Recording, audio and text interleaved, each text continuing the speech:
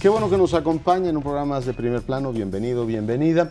Yo quisiera abordar en este primer segmento, si les parece bien, el asunto de la reforma migratoria en los Estados Unidos. Pasó la aduana del Senado, va ahora a la Cámara de Representantes. Vamos a ver qué le retocan ahí y cómo se da esa discusión. Pero el hecho de que pasara, que es un asunto muy importante para millones de ciudadanos mexicanos y de otros países, que en una perspectiva, debo anotar, muy larga, porque la reforma no prevé que esto sea rápido, puedan regularizar su situación en los Estados Unidos, incluso adquirir la nacionalidad americana. A cambio de que eso ocurriera, un grupo de senadores pidió que hubiese una serie de medidas muy restrictivas en la frontera, particularmente en la frontera con México, una ampliación de 700 millas del muro fronterizo y duplicar en los hechos la Border Patrol. Esto no necesariamente será una realidad en el futuro próximo, hace falta que aprueben todavía los fondos para que esto se convierta en realidad. Pero si ustedes me permiten ponerlo sobre la mesa, México tiene un problema entre lo que es su frontera viva, es decir, los migrantes mexicanos que viven en los Estados Unidos, que reciben una buena noticia, y recibimos una pésima noticia en la frontera física, en la geográfica, porque no hay manera de interpretar este gesto que viene desde los Estados Unidos más que como un gesto boreal en materia de relaciones bilaterales, la idea de que un socio comercial con el que intercambian más de mil millones de dólares diarios, es una suma impresionante, al mismo tiempo pues es un socio del cual desconfían ampliamente. En fin, no veo cómo se puede eludir ese mensaje y veo por consiguiente un elemento muy favorable que podría ayudar a reconocer que en América del Norte los mercados laborales, es decir, la gente que va a trabajar, forma parte del proceso de integración, pero al mismo tiempo este mensaje gélido, boreal de securitizar, si tal verbo existe, o si tal palabra existe, la frontera entre los dos países. En fin, ese es el tema. Yo te iba a preguntar qué querías decir con lo de boreal, porque no le entendí mucho. Gélido. Muy bien. Bueno, muchos comentarios en torno a esto. En primer lugar, que el mensaje sobre la frontera, los senadores lo hacen hacia adentro. Creo que el 99% de la expectativa de los senadores está en su público. Yo creo que a México no les importa absolutamente nada y que ni se tomaron el trabajo de pensar, bueno, ¿y este mensaje qué podrá, qué significado tendrá en México? Tengo la impresión de que eso les pasó de noche, no les importa. Cuando alguien señala que es un gesto de enemistad, pero de cuando acá los países son amigos o enemigos, las personas sí, pero eso de que somos un país amigo es una retórica sin sentido. Los países tienen intereses y más Estados Unidos. Es un país hecho a base de intereses en su relación con los demás. Por lo tanto, se hizo esto, nosotros lo recibimos como un mensaje muy agresivo, y a ellos les tiene sin cuidado. Creo que es una más de las montones de muestras de lo desbalanceado que es históricamente nuestra relación. No les importó, están hablándose a ellos mismos, sobre todo a la parte conservadora, que quiere que eso quede, la frontera quede a prueba hasta que ni el aire entre, y yo creo que es en serio, para que no les entre el aire contaminado, que no les entre el agua contaminada, que no entre nada. Imposible, pero esa es la actitud que tienen hacia nosotros. Estoy segura que tienes razón y que ni siquiera están pensando si es un acto de enemistad a México. Ellos están viendo que les conviene políticamente, sobre todo después de saber con datos duros la importancia del votante hispano. De estos 11 millones, bueno, no todos esos 11 millones votaron, pero se dan cuenta de la importancia en la política norteamericana de estos. Y yo lo que querría, el tema que querría introducir es que hay diferentes maneras de buscar o de realizar tu interés, ¿no? Ellos, en efecto, están buscando cómo frenan la migración, porque ya les parece que es demasiado, que es un peligro la migración con todo lo que esto conlleva. Ponen más el acento sobre las cosas malas que trae la migración, como la falta de seguridad, mayor crimen, etcétera, no ven tanto las buenas, Pero a mí lo que más me sorprende es el dinero que, como bien decía Leonardo, y lo escribió hoy también en un artículo en el Universal, el dinero que se van a gastar estos en hacer el muro fronterizo, en reforzar la Border Patrol, la patrulla fronteriza, y en reforzar también el sistema que necesitan usar los empleadores para detectar quién está contratando ilegales y quién no. Eso les va a costar alrededor de 45,000 millones. Yo invito al auditorio que contraste esta cifra de 45,000 millones contra la de la iniciativa Mérida, que habían prometido que iba a ser 3,000 y quedó en 2,000 millones de dólares. ¿Por qué no, si tienen interés en frenar la migración y saber quién está allá adentro y legalizar a esos, por qué no invierten en este país, ¿sí? Para que haya más inversión, para que haya más empleo y entonces haya menos necesidad de que se vayan los mexicanos? Creo que hay maneras más inteligentes que otras de perseguir tus propios intereses. Esa sería una visión más racional, pero de un aspecto mucho más amplio, que ellos no parecen verse interesados en ello. Es decir, se requeriría desde luego mucha inversión, pero probablemente mucho más y de manera sistemática para más o menos equipararnos frente a Estados Unidos en términos laborales, en términos de los salarios, ¿no? La diferencia que hay de salarios allá respecto de los de acá, de oferta de empleo, en fin, que es lo que hicieron básicamente los europeos con los países que recién ingresaban a la Unión Europea después de estar en una situación pues, de subdesarrollo prácticamente, pero esa apuesta no parece interesarles a los Estados Unidos, entonces prefieren mejor poner murallas y gastar en las patrullas fronterizas, etcétera. Pero el enfoque de esto, según ha dicho varios especialistas, internacionalistas especializados en la relación bilateral, entre ellos nuestro colega Jorge Castañeda, que insiste en que para lograr, esto se dio una concesión a los republicanos para lograr su voto frente a lo que de entrada los republicanos no les gusta, que es una ley migratoria como más flexible. Pero él se pregunta, si bueno, pero solamente eso es para conseguir 6 votos de los republicanos. ¿Realmente valía la pena todo lo que implica el haber dado esta concesión por un número muy pequeño de votos en las cámaras legislativas? Y la otra crítica que ha hecho él y otros, que he leído otros expertos, es que México siempre se mantiene al margen. Muchos países hacen lobby, incluso directamente con los legisladores, para tratar de convencerlos, de incidir su opinión de las decisiones que van a tomar. Y aquí el gobierno mexicano siempre dice, no, es que ese es un tema de política interna, ese es un tema totalmente de Estados Unidos, cuando en realidad tiene una repercusión directa e inmediata sobre nosotros. Y es siempre un tema de agenda bilateral. Entonces, ¿por qué esa posición normalmente timorata de nuestros gobiernos frente a Estados Unidos, en lugar de una postura que muchos otros países muestran de mayor audacia, de decir, pues vamos a tratar de convencer a los legisladores que se oponen, pues a hacer lobby, ¿no?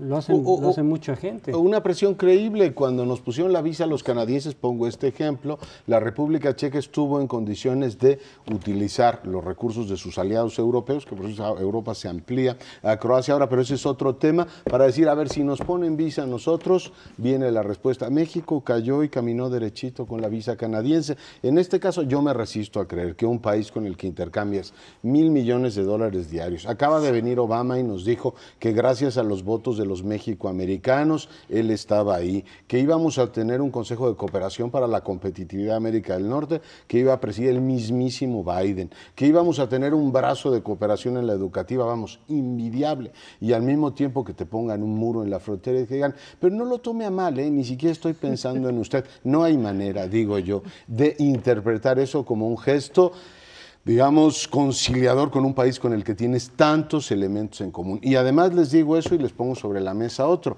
Estados Unidos acaba de anunciar que en sus tratados con la Unión Europea, que por cierto hay que ver qué se hace ahora con el tema del espionaje, pero eso hablaremos más adelante, ellos no iban a incluir a México. Es decir, somos TLC para ciertos efectos, y en otros nos dice, señores, búsquense la vida como pueden. Son dos mensajes, insisto, muy fríos que recibe la diplomacia mexicana, independientemente del gobierno que esté en turno. El país lo recibe ahora de una manera muy clara, decir en Washington, oiga, nosotros tenemos relaciones absolutamente pragmáticas y no hemos logrado generar esta dimensión de que nos preocupa lo que vaya a pensar nuestro aliado socio comercial en el sur. Bueno, pues en mi punto se reafirma. China. Ahí de mí sí. No les interesa, no les interesa. Los países tienen una escala en el poder. México se encuentra en un punto intermedio. Le podrá interesar los países que tienen poder, China, que lo está adquiriendo, y 2 o 3, ahora ya la propia Rusia les interesa bastante poco a los norteamericanos, no se tientan el corazón para hacer o decir cosas que molestan a los rusos. Entonces, vamos a considerarlo desde esa perspectiva. Nosotros también entonces tenemos que tener una política igual, boreal, fría con ellos, y nada de iniciativas Mérida ni cosas de esas, sino lo más frío que se pueda. Claro que siempre tenemos la de perder porque somos los débiles, somos los débiles, somos los que tenemos que tener más tacto en esto. Ellos pueden obviarlo del tacto, total. La diferencia de poder es de tal naturaleza que les tiene sin cuidado. Ha sido así siempre, además. Pensemos en el pasado. Ahora, una cosa rápida, cuando José Antonio dice lo de por qué México se queda tan... no hace nada, no hace lobby, porque viene sí de su política histórica. La política histórica era del principio de la no intervención. No queremos que intervengan en nada aquí, o no queríamos. Es la parte histórica. Ahora ya no es así. Ya cambió, ya varió, pero sí tiene todavía esa raíz antigua. No queremos ni que tengan ustedes lobbies en México ni nosotros allá, sino una visión muy cuadrada de la no intervención. Ya no es el caso, pero tiene esa raíz histórica. Aunque es pura simulación, cuando menos de allá para acá, eso de que no intervienen y que no cabildean con nuestros secretarios de Estado y con nuestros diputados y senadores, pues está por verse. Acuérdense, nada más les recuerdo, iba a decir les refresco la memoria, pero no, les recuerdo cuando nuestros diputados a instancias de Fox aceptaron la portación de marihuana en ciertas dosis y se pasó la ley, que fue una iniciativa de ley de Fox. Bastaron 2 llamadas de la Casa Blanca para que el propio que había mandado la iniciativa le echara para atrás y la vetara. Sí, o sea, que ellos sí cabildean. Pero yo quería agregar a tu idea esa de que somos, en efecto, y tenemos que ser muy cuidadosos, somos la parte débil de esta sociedad, entonces nos tenemos que andar con muchos miramientos. Creo que en este caso la debilidad se acrecienta.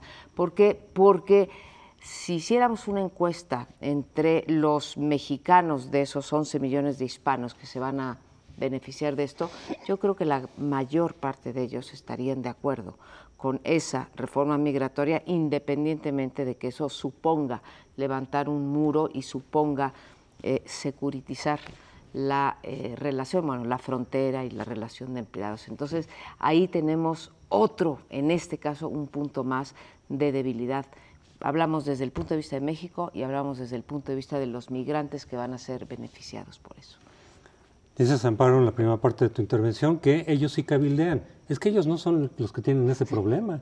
Ellos no tienen ese trauma histórico, tienen otros. Bueno, para pero otros, no ese, pues, para al contrario, motivos, ellos intervienen en todos lados, ellos hacen cabildeo a todos los niveles, claro, en todos los países donde tienen intereses. Somos nosotros los que efectivamente decimos, pues no. Y bajo la racionalidad que apunta Lorenzo, es decir, no nos metamos para no darles pretexto de que ellos se metan. Pero como de todas maneras se meten porque ellos no tienen ese problema, lo absurdo es que sigamos nosotros en la posición replegada de decir, pues no se metan con ellos para que ellos con nosotros no. Pues de todas maneras se meten sistemáticamente, abandona ya esa posición que efectivamente ya no tiene nada que ver con las condiciones actuales nacionales ni internacionales. Y si buscara unos ejemplos históricos, Matías Romero hizo un muy eficaz cabildeo en los Estados Unidos, por tanto tendría uno ejemplos en un sentido y otro. Yo creo que el mensaje está claro, se abre la posibilidad de una reforma migratoria, pero a cambio del endurecimiento de la frontera. Volvemos en un instante.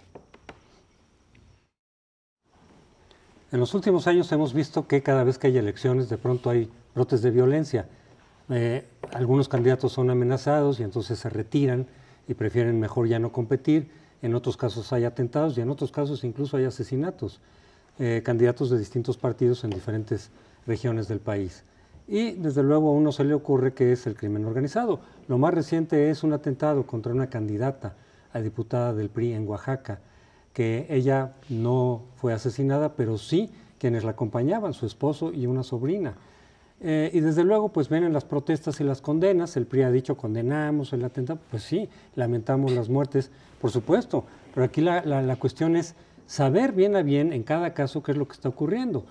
Ella, que afortunadamente sobrevivió, podría decirnos si había recibido amenazas de quién no quiere que llegue al cargo por el que está compitiendo, si son grupos del crimen organizado, porque también puede haber violencia política. También hemos visto en algunos casos que puede haber violencia entre partidos o al interior de partidos también, cuando de repente en algún municipio pues alguien atenta o mata a algún candidato, a algún político, resulta que puede ser por cuestiones estrictamente políticas, pero se tiene que aclarar y no dejarlo todo en el sentido de que es el crimen organizado que está interviniendo, que quiere influir sobre los resultados. Sabemos que eso ocurre, pero hay que delimitar los casos para entender bien el fenómeno y tomar las medidas que hagan que se evite que cada vez que tenemos elecciones ocurran este tipo de cosas. Se supone que las elecciones son el mecanismo para dirimir pacíficamente la lucha por el poder en general. Bueno, pues el hecho de que estén ocurriendo estas cosas nos degrada y nos manda como para atrás en el camino del desarrollo político.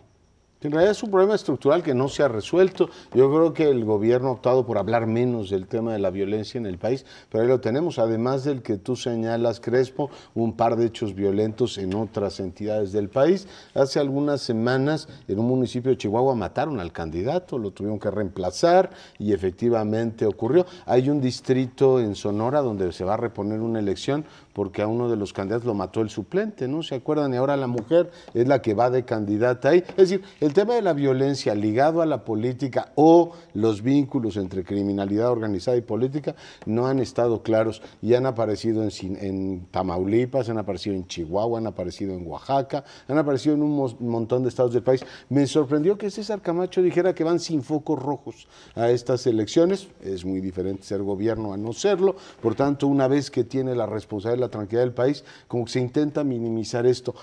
Pero yo veo detrás de cada uno de esos episodios, te doy toda la razón, una necesidad de aclarar desde el caso de Oaxaca hasta el caso de Chihuahua. Oiga, no podemos dar por hecho así de que, oiga, pues mataron al candidato, pues ya lo reemplazamos, etcétera, y no averiguar qué intereses están en el plano local, presionando en este caso a las candidatas para que hagan una cosa u otra, o chantajearlas y de esa manera condicionar lo que puede hacer su ejercicio de gobierno. Es decir, yo lo sigo viendo como un tema delicadísimo, del cual se prefiere como quitarle perfil, pero creo que es un tema, insisto, que merece una atención particular. Dices, ha aparecido la violencia. ¿Es aparecido o reaparecido? Porque en el México de los 1900, todavía 30, 40, había bastantes casos de violencia en las elecciones. Luego, cuando se asienta el poder del PRI, de la presidencia autoritaria, creo que sí hay una disminución de la violencia, porque las elecciones ya no significan nada. Todo está decidido antes de la elección. ¿Para qué tener violencia en la elección? Si ya eso es la parte casi formal. Cuando vuelven a tener sentido, otra vez, quizá el momento cumbre es el asesinato de Colosio, que está ligado a un problema de elecciones, pero interno, cuando ya no se procesan desde adentro de manera pacífica, y de allí viene poco a poco hasta llegar a esto. Son elecciones, no son las elecciones presidenciales estas, no es tampoco una violencia desatada, y sin embargo lo que se ha señalado es degradan cuando se dice que las elecciones son una fiesta, es la fiesta cívica. Bueno, nunca ha sido fiesta cívica. Las elecciones son lucha y con dureza en las descalificaciones, etcétera. Pero la violencia ya física, eso sí nos está, si unimos a la del narcotráfico, etcétera, pues ¿a dónde vamos? Creo que otra manifestación de esta violencia ha sido en cuántos estados de estos 14, cuando menos en 6 de ellos, los propios gobernadores y líderes partidistas no han podido recorrer sus territorios, ahí donde va a haber elecciones, para hacer una campaña normal, digo, para acercarse a los ciudadanos. Es otra manifestación, no solamente, digo, desde luego la de los asesinatos es la más violenta y la más evidente, pero hay otros que alteran la competencia electoral. Y una tercera manifestación, que esa es simplemente, pues no conocemos la profundidad, conocemos nada más la puntita del iceberg, es todos aquellos candidatos que tienen que pactar con el narcotráfico para poder primero ser candidatos y después ser apoyados en sus campañas.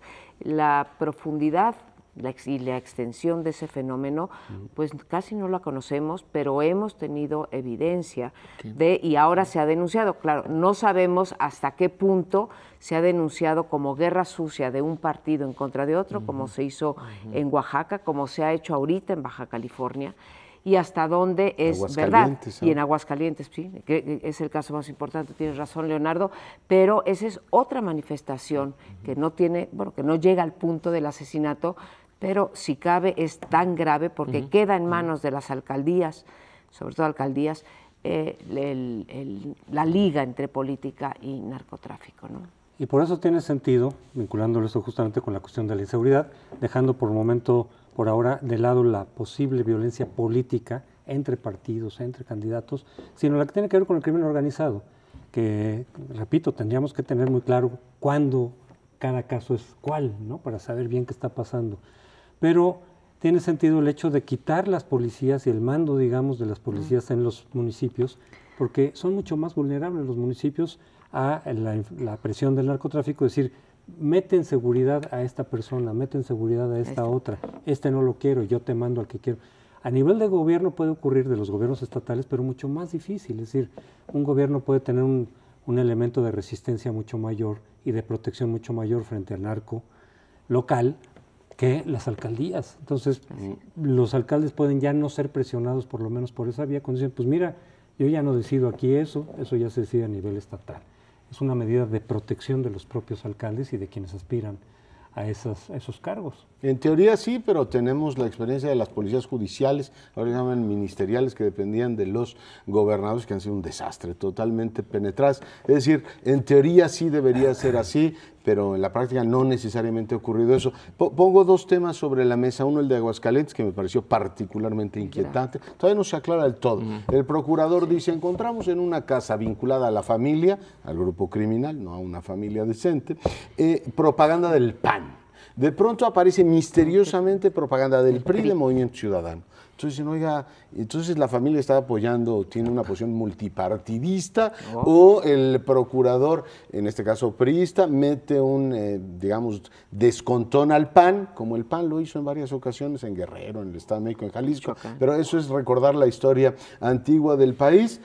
Y estos se recuperan diciendo, no, la propaganda era del PRI, pero el tema está ahí, o sea, en Aguascalientes se está en principio usando dinero para pagar propaganda de partidos políticos en las elecciones. Y la segunda, la declaración de Zambrano, que no es crimen organizado, pero alguno diría que sí. Dice, oiga, los gobernadores firmaron, aparte de prometer cumplir la Constitución, firmaron el Pacto por México y luego el adendum por el Pacto por México, que es me comprometo y me vuelvo a comprometer a respetar la ley. Pues dice Zambrano que ni así.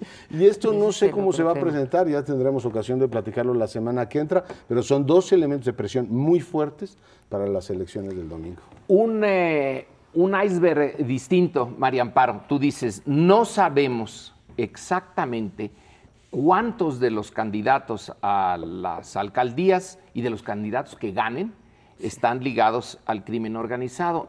La otra parte es que tampoco sabemos cuántos posibles candidatos se retiraron, simplemente no fueron candidatos porque recibieron la amenaza o la sugerencia de que más valía no meterse por ahí.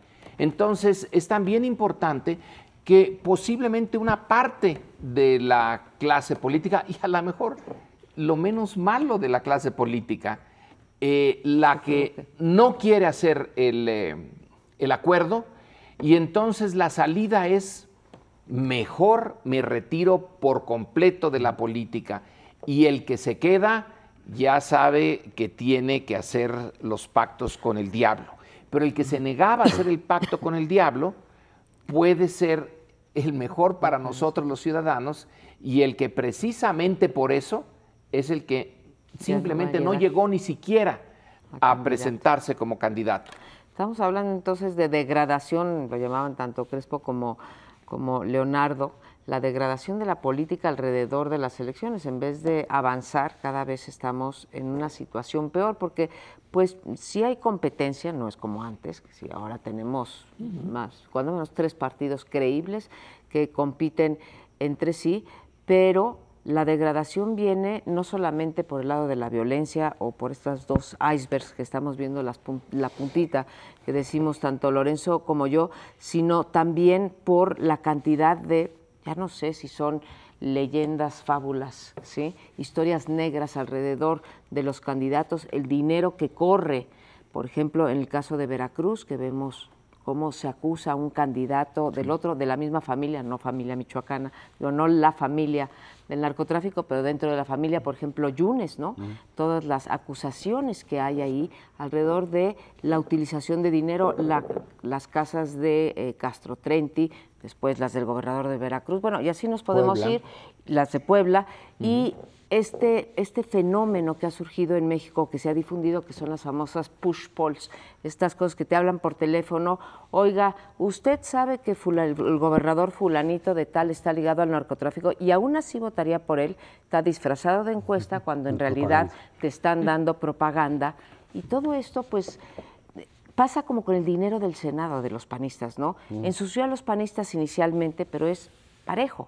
Acabamos diciendo todos los candidatos de todos los partidos son igualmente. Aunque ahí también buenos. viene la distinción en qué tipo de campañas negativas, porque las campañas negativas en general en la democracia pues, son inevitables, y hasta pueden ser benéficas en el sentido de cuando realmente están denunciando, por ejemplo, si se acuerdan que prometió tal y tal cosa y no lo hizo, o hizo lo contrario, votó distinto de como dijo que iba a decir, está vinculado con el narcotráfico sin pruebas de ningún tipo. Entonces hay de sucias a sucias. Sí, no, desde luego, y por eso tendría ahí también que haber, bueno, hay la distinción en la ley de, si vas a acusar de una cosa, tienes que tener elementos para probarlo, porque de lo contrario estás nada más ensuciando, difamando, manchando el propio proceso electoral, sin fundamentos, sin ningún tipo de comprobación. Pero en fin, se nos termina el tiempo. Regresamos en unos minutos al siguiente segmento.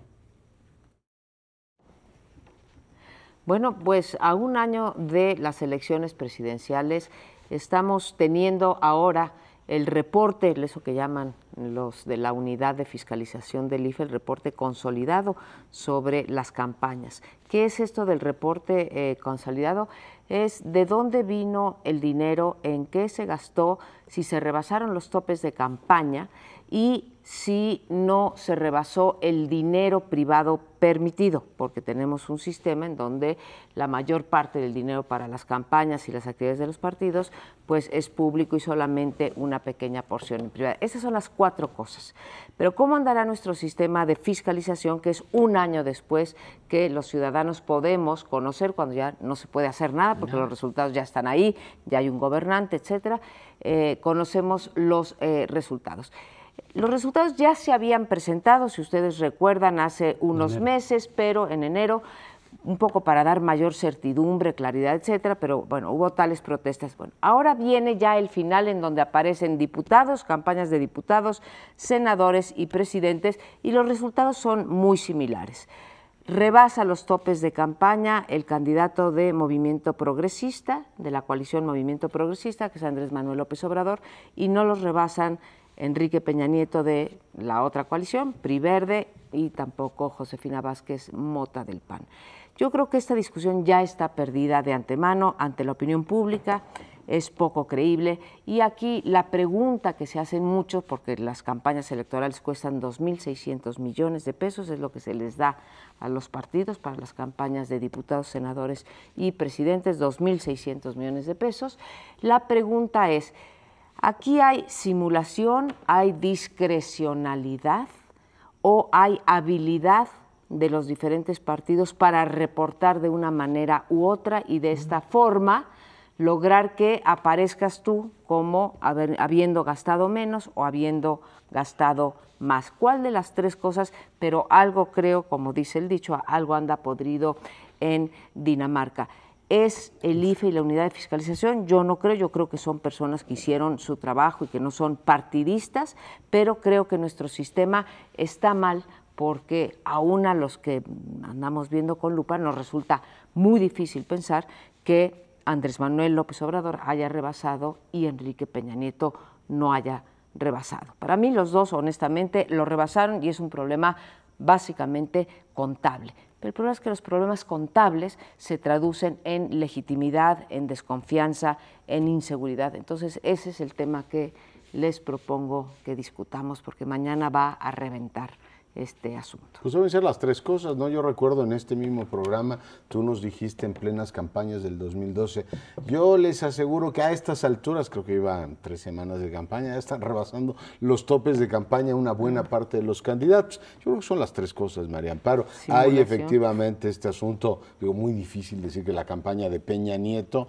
no rebasó los topes de campaña y la de López Obrador sí, simplemente por la visibilidad, la cantidad de espectaculares, de elementos que tuvo. Simple y llanamente no casa para cualquier persona que tenga memoria de lo que ocurrió en este país el año pasado. En consecuencia, deben estar las tres. Yo lo que me pregunto es qué vamos a hacer con el sistema de fiscalización, porque tenemos ahora un órgano que está en la Constitución, muy pocos países tienen eso, supone que es un órgano técnico, y al contador el PRD lo llama pristalinas en vez de cristalinas, es decir, ya le asignó un sesgo partidista abierto.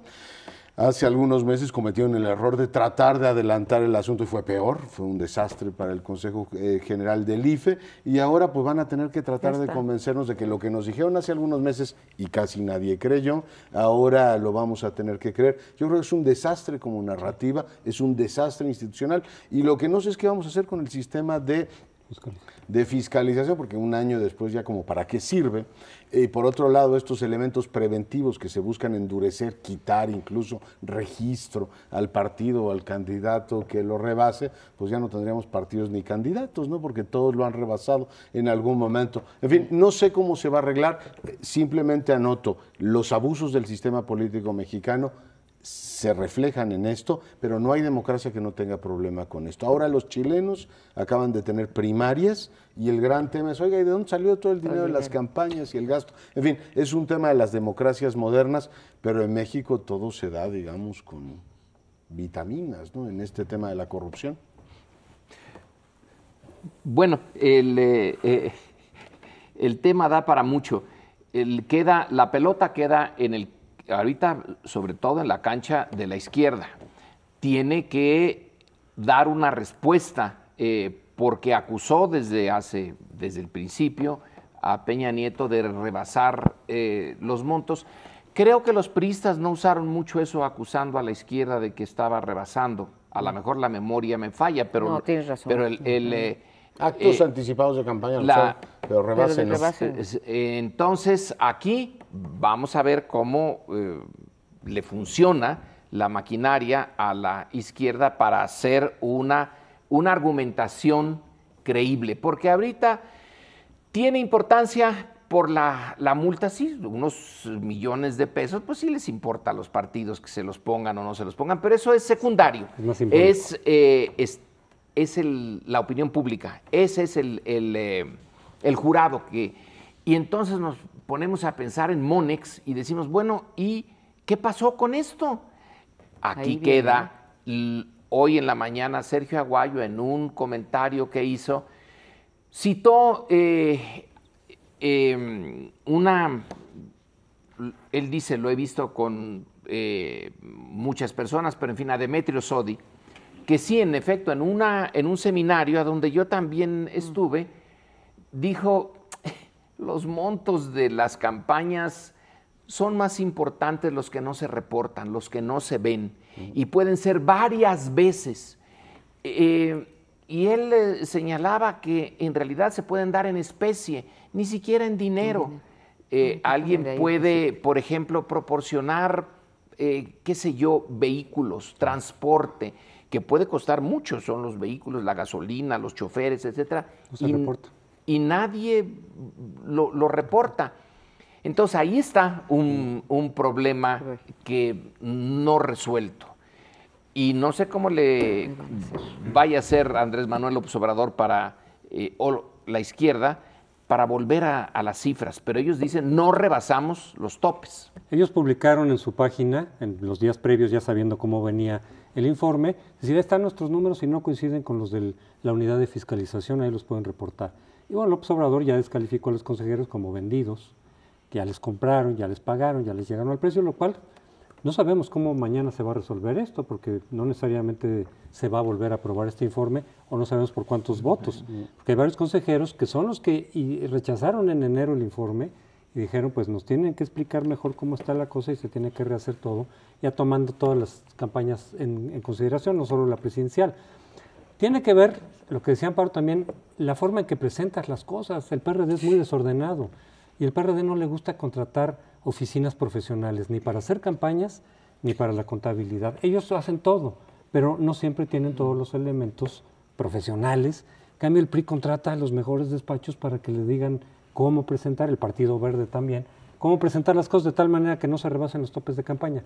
Pero otro problema que sí se tiene que resolver está en la normatividad. La normatividad para la fiscalización está muy mal. No solamente el retraso de que hasta que a un año después, pues ya para qué. Sí. Se puede hacer, hay propuestas en el sentido de que se puede hacer en tiempo real. Hay algunas incluso extremas en las cuales se dice que el IFE puede ir pagando lo que vayan contratando los partidos.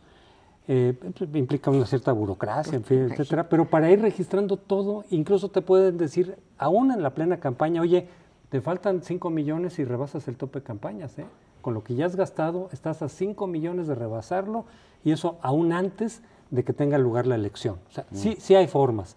Porque otra de las cuestiones ahora, otra de las cuestiones que explican por qué López Obrador sí y Peña Nieto no, en todo caso lo segundo, es que una parte del gasto, la mitad prácticamente, son los propios partidos los que prorratean como quieran entre las tres pistas que están en juego, presidencial, diputados y senadores. Y los priistas lo que hicieron es que el gasto correspondiente a la presidencia lo mandaron a los diputados para que estuviera por debajo del tope de campañas Peña Nieto, también por razones simbólicas, porque a los diputados sí les rebasaron los topes de campaña. Entonces, mandaron el dinero de la presidencial, la mayoría, a los diputados sí rebasan tope de campañas, van a tener que pagar 112 millones de multa por los diputados, pero simbólicamente, pues el que los diputados hayan rebasado la campaña no es igual a que Peña Nieto haya rebasado el tope de campaña por las acusaciones que venían de la izquierda, y decir, pues no, miren, Peña Nieto no. Pero lo que es absurdo en esta norma es que sean los propios partidos los que prorraten a su gusto a que le dedicas más dinero, se haya gastado como se haya gastado, en lugar de simplemente dividirlo entre tres. Es decir, gastaste esto, pues métele la tercera parte a presidente, diputados y senadores. Eso ahora, tiene que cambiar. Esa norma es absurda. Déjame romper una lanza por el IFE y en particular por la unidad de fiscalización. Todo esto, por ejemplo, este ejemplo que está dando Crespo, que tiene toda la razón, con una salvedad, son nada más 600 millones de pesos los que se pueden prorratear de los 2.600. Sí, por eso es una parte. Una parte, bueno, no tan pequeña, pero vaya, de 2.600 son 600. Este sistema de fiscalización lo aprobaron los legisladores del PRI, del PAN y del PRD. Todos. Ellos fueron los que construyeron esa unidad de fiscalización, ellos fueron los que les dieron esas reglas de fiscalización y esos tiempos de fiscalización. Y ahora vienen a quejarse de un sistema y a decir que están vendidos, de un sistema que ellos no solamente avalaron, Crespo, sino ellos crearon. Y tienen muchos problemas, no solamente los que estamos mencionando aquí. Por ejemplo, lo que ustedes decían, tú, por ejemplo, del transporte, ¿sí? Tú sabes que si yo veo a un candidato, Peña Nieto, Josefina Vázquez Mota o Andrés Manuel López Obrador, subirse a un avión privado, ¿sí? Dice, mira, es un avión privado, eso no se contabiliza. Solamente es por denuncia, ¿sí?, que podrían ellos meterse a ver. Bueno, todas estas cosas se pueden cambiar e irnos a un sistema mucho más confiable y en tiempo, como diríamos, en tiempo real. ¿Algún apunte? Porque digo, va a dar para mucho. La próxima semana quizá estemos diciendo cuál fue el voto de los consejeros. Ojalá encontremos un sistema donde no exista eso. ¿Hay alguno donde no haya problema por...? No, necesitamos, yo creo que también políticos un poco más decentes, pero nos vamos ahorita y regresamos, Lorenzo Meyer, para cerrar este programa. Ahora nos vamos a meter en un problema o en un tema, bueno, sí, también problema, que francamente no tiene solución. Titulamos a este segmento espiar o no espiar. Esa no es la cuestión. Aquí la cuestión es que no se sepa.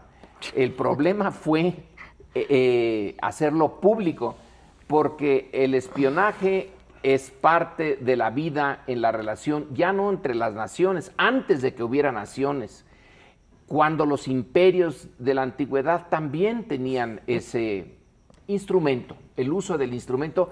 Si conocimiento es poder, entonces encontrar, conocer de antemano lo que el otro, que puede ser adversario o amigo, aliado, no importa, o indiferente, el otro simplemente en un sistema internacional donde es el todos contra todos, es el estado de naturaleza, como diría Hobbes. Ese es el sistema internacional. Entonces, que Estados Unidos esté espiando, en el caso mexicano también comentábamos, tenemos que agradecérselos, porque qué tal si no nos tienen entre los que espiaban, entonces nos hubiéramos sentido francamente muy disminuidos, poquito, pero estamos siendo espiados. Bueno, el espionaje es parte de la vida política internacional. No creo que se pueda legislar ni nada por el estilo. Y hay que espiar tanto al enemigo como al amigo, porque no hay amigos en la vida internacional. No existe eso, tal cosa como un país amigo del otro, no. En algún momento tendrán un enfrentamiento brutal y en otro pueden ser aliados o pueden ser indiferentes, pero amigos no hay nadie. Entonces, aquí el problema que tiene Estados Unidos es que se le pasó la mano, hizo tal cantidad de espionaje que por varios se le están saliendo, el Wikileaks y ese es el tema. Pues vaya dosis de realismo, dice Lorenzo Meyer, hay que espiar, y aparte nos dice que la prostitución no es la profesión más antigua, en realidad es el espionaje, ¿no? Pues es uno. Bueno, a ver, el problema, dices tú, y creo que tienes razón con esa dosis de realismo, es pues las consecuencias de que te cachen que estuviste espiando, porque entonces, bueno, ahora vamos a ir a la retórica y a diferencia de lo que reclamábamos en el primer bloque que abría Leonardo, decían, bueno, México no reaccionó frente a esto de la frontera y la securitización de la frontera, nos dejas muy impresionados con lo de la securitización de la frontera. Bueno, ahora va a reaccionar México y la pregunta, Lorenzo, es, dices, hay que espiar al amigo y al enemigo. Yo me pregunto, ¿México tiene la capacidad, la voluntad y me pregunto, ¿lo hace? Nosotros espiamos, por ejemplo, aquí al señor embajador de los Estados Unidos. Yo tengo mis dudas. Tú dices que hay que espiar, no sé si se lo aplicas nada más a la potencia mundial o qué pasaría si un día descubren unos sendos micrófonos ahí en la Embajada de Estados Unidos y descubre que los pusieron aquí el CISEN o cualquiera de nuestras agencias privadas de inteligencia. No me toca a mí ahorita, pero sí espiamos, sí espiamos, sí, por lo menos. Okay. Yo creo que hay tres cosas. Una se llama buen gusto, que es una expresión muy bonita que tenemos en español. Hay ciertas cosas que uno hace en la guerra secreta y hay ciertas cosas que uno no hace. Es muy útil saber ciertas cosas de lo que va a hacer el amigo y el enemigo, pero es muy diferente meterse a espiar cartas o meterse al correo electrónico de un amigo y decir, oye, solo estaba fisgoneando en tus correos para tener tema de conversación hoy en la noche. Es decir, lo que le han hecho Europa y Estados Unidos de inspeccionar, en este caso se metieron al edificio de gobierno de Europa con quien están negociando el Tratado Atlántico de Libre Comercio, y decir, oiga, entonces ya para qué negocio, es decir, usted no está haciendo guerra secreta, usted es un tramposo, es decir, lo que está usted haciendo es rebasar los límites de lo que la razón de Estado le permite a los países, es decir, oiga, una cosa es que yo me allegue información por vías non santas y otra cosa es que tenga un espionaje masivo. Además, lo que publicó Der Spiegel es no solamente soy un chismoso y un fisgón y un tramposo, me meto masivamente en la vida privada de no sé cuántos millones de personas. La intercepción de comunicaciones ni siquiera está dirigida. Es decir, no estamos hablando de doctor Sorgen, ¿no? Este famoso espía soviético que le permitió a Stalin tomar las decisiones apropiadas en su momento. Estamos hablando de una, digamos, intervención masiva de comunicaciones. Y pongo sobre la mesa el gran problema. No solo es la seguridad, la ciberseguridad de los países, sino la ciberseguridad de las personas. Ahora tienes a Google, a Facebook, a Twitter, a todas estas controlando millones de datos de las personas y resulta que la intercambian con los gobiernos. Es decir, tienes un, como dice Garton Ash el día de hoy, un siniestro Big Brother público y privado, es decir, Google controla un montón de cosas, se las va pasando a la NSA, se las va pasando a la CIA, con un gusto patético. Es decir, yo le veo a esto los tonos de un Estados Unidos que ha perdido el sentido del equilibrio y que nos anuncia un autoritarismo cibernético absolutamente preocupante, ¿eh?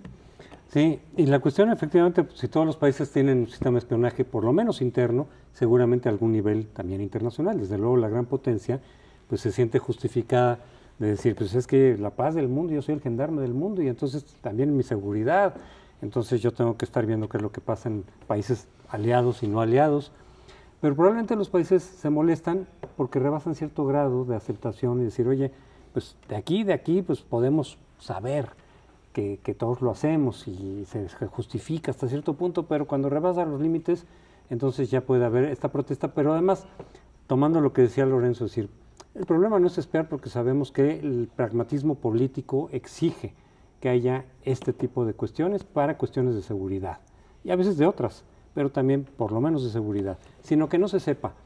Pues creo que es, así como es inevitable una cosa, creo que es inevitable que eventualmente estos sistemas de espionaje puedan salir a la luz. O sea, no hay ninguno que sea totalmente seguro en términos de que nadie lo va a detectar. Siempre tendrás agentes de los mismos tuyos que eventualmente te traicionan y pasan información a otro lado o develan lo que estás haciendo o alguien te descubre, ¿no? Porque no hay un sistema totalmente seguro contra el hecho de que detecten a tu propio espionaje.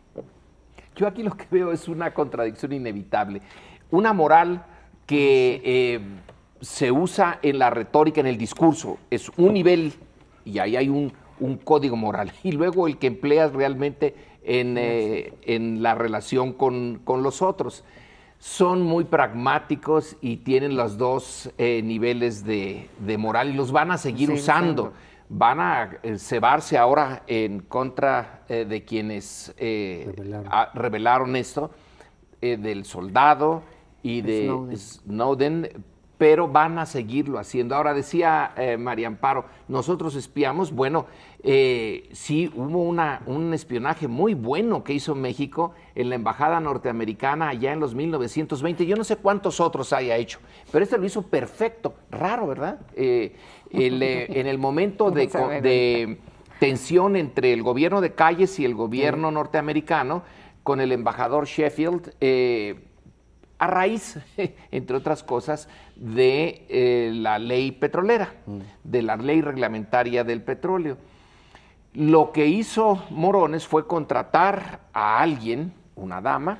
Morones, el líder de los obreros. Que también era el secretario de Industria, Comercio y Trabajo, porque entonces los tres estaban juntos, y era, bueno, un puesto interesante. Él logró que fuera muy amiga de un funcionario medio de la embajada, al punto que pudo copiar los mensajes que Sheffield mandaba a Washington, que eran los mensajes normales, los que irritaron a Felipe Calderón cuando Wikileaks, que son mensajes, no era una gran conspiración, pero sí se veía claramente que Sheffield estaba cada vez más pidiendo fuerza ante México y que había que usar la fuerza. Entonces Calles los copió y anunció que tenía esos documentos confidenciales de la embajada. Probablemente fue Falange. uno de los elementos, uno, no el único, que llevó a que el presidente Coolidge decidiera que mejor en esta confrontación con México ya dejaban las amenazas, quitaban a Sheffield, mandaban un embajador más negociador, Dwight Morrow, que en efecto negoció y que se llega al acuerdo Calles-Morrow, pero nosotros también espiamos y es una historia de éxito. Yo no sé cómo no hay una novela o algo más sustantivo. Veamos ahora veamos un siglo después, deberías de hacer otra investigación aparte de esa que nos platicas, pero ya con la modernidad cibernética que tenemos hoy. Para mí lo más sorprendente, porque es cierto que es demagógico y hay un doble rasero para medir, pero lo que es más impresionante es que las encuestas del Pew Institute, o el Pew Center, que este centro norteamericano que levanta encuestas en donde dice que el 60 y tantos % de los norteamericanos están de acuerdo en que se les espíe digamos, la seguridad a costa, ¿sí?, de su privacidad. A mí esa parte me impresionó. Estamos perdiendo hasta el estilo, ¿no?, de esas matajaris hipotéticas. Ahora entramos a un señor que se mete a una embajada y a saco se saca todos los archivos. Eso no tiene nada de heroico, que es lo que están haciendo ahora. Por tanto, hasta en eso han perdido el estilo. La estética, ¿verdad? Perdieron la estética. De matajar a esto. Sí, es. Al espionaje masivo y me pasa todas las llamadas de todo el mundo. Eso es increíble. Bueno, todos en la yo nube. no diría que sea increíble. Es creíble. Y una amenaza a todas nuestras vidas privadas, porque aquí ahora lo hace el gobierno de Estados Unidos, lo va a hacer cualquiera. Y estamos toda nuestra vida privada está en la nube. Ahí está. Y el día que hagan falta, pero la nos jalan. tenemos que ir, nos despedimos de ustedes y los esperamos aquí la semana entrante, puntualmente.